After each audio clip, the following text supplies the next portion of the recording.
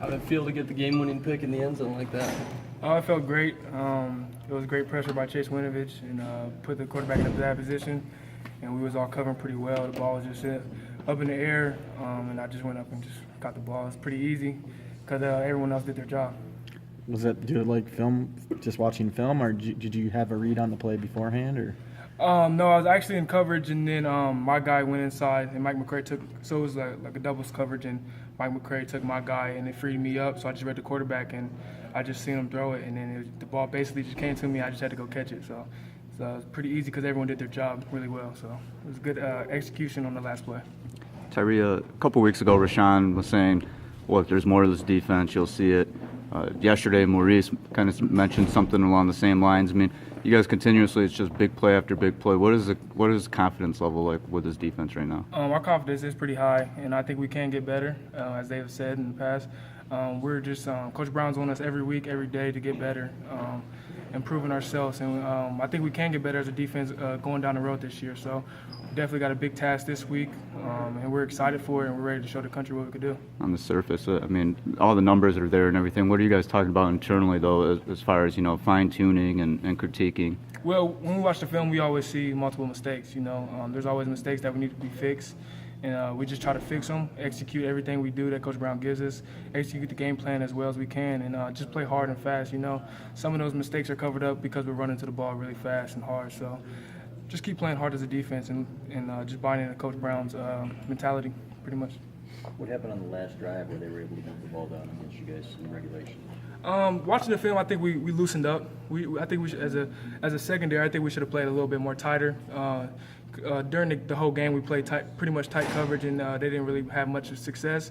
I think it was like a little 2-minute drill. We want to be safe, and I think we loosened up a little bit too much. Seen on the film, I think if we played a little tighter, some of those catches wouldn't have happened. Was that by design, or was that just individuals playing looser? They just told us to just loosen up a little bit, and I think as the players, we loosened up a little bit too much watching the film, and we corrected. Next time we're in that situation, we're going to trust our technique and play and still play the ball we've been playing the whole game. Did fatigue play a factor at all? I don't think so. Their tempo they're a very good tempo team, but I think we were in shape pretty much for the whole game. I know they came out their first drive in the third quarter, and they went really fast, and they had a successful drive on us, and I think that's about it besides the last drive at the end. You've seen Levert and Jordan Lewis both. Do you see similarities there? I definitely see similarities. I definitely see a little Jordan Lewis in him, and that's a great comparison because Jordan is a great corner. He's a great technique guy. He knows how to play ball. He's a ball hawk, and I see the same things in Levert Hill.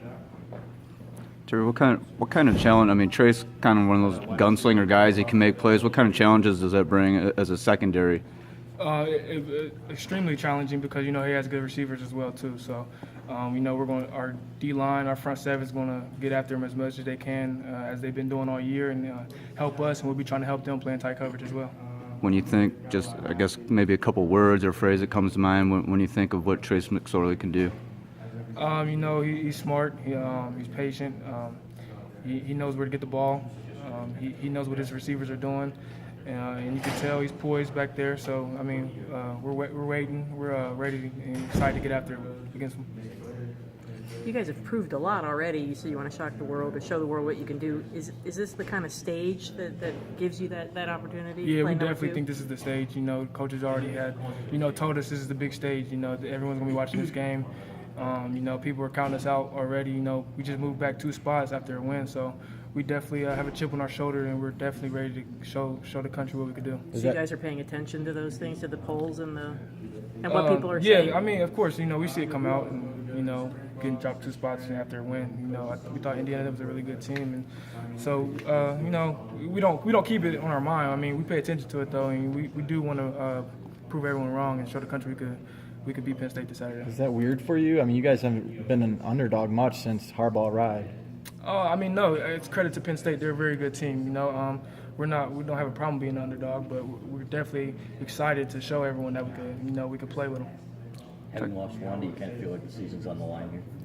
I think so. The Big Ten's it's a tough conference. You want to win all the games you can, and we already put ourselves down one, losing to Michigan State. So we definitely think this is a big game for us. Does it help at all that having those few games that are most recently that are been tighter instead of? Yeah, Michigan State was tight, and then having an overtime game against Indiana, putting us in adversity was good for us too, learning from that. So I think we'll learn from those tight games, and down the road, if we're in a tight game, we know what to do. What did you learn? Well, I mean, what have you learned from those you think you can improve upon? I guess? Just trusting our teammates and our coaches the most. When things get tough, people want to sometimes shut down. Not saying we do, but just saying you just want to come together and stay as a team and trust each other. And I think things will work. Trust the game plan. Last year, you guys were winning games by 30, 40 points, that type of thing. Do you feel like you've got to prove to yourself a little bit that you can still hang with the Penn State to the top 5 type teams that are coming up on the schedule? I guess you could say that. I mean, we like I said, we think it's a big stage for us this Saturday. We're already down one game, and we want to get back in the picture, and we want to definitely beat them. So I think we do have something to prove this week. Sorry, how much? But prior to Saturday, you guys hadn't given up any points in the fourth quarter. I guess, have you guys talked about that a little bit? I imagine that was kind of a sense of pride for the defense, not giving up points late. How much have you guys talked about that? We didn't really talk about it, but credit Indiana. They kept playing the whole game. I think we had 6 3-and-outs in a row, and they didn't give up, and they kept playing, and they played hard down the stretch. Some offenses, just throw in the towel.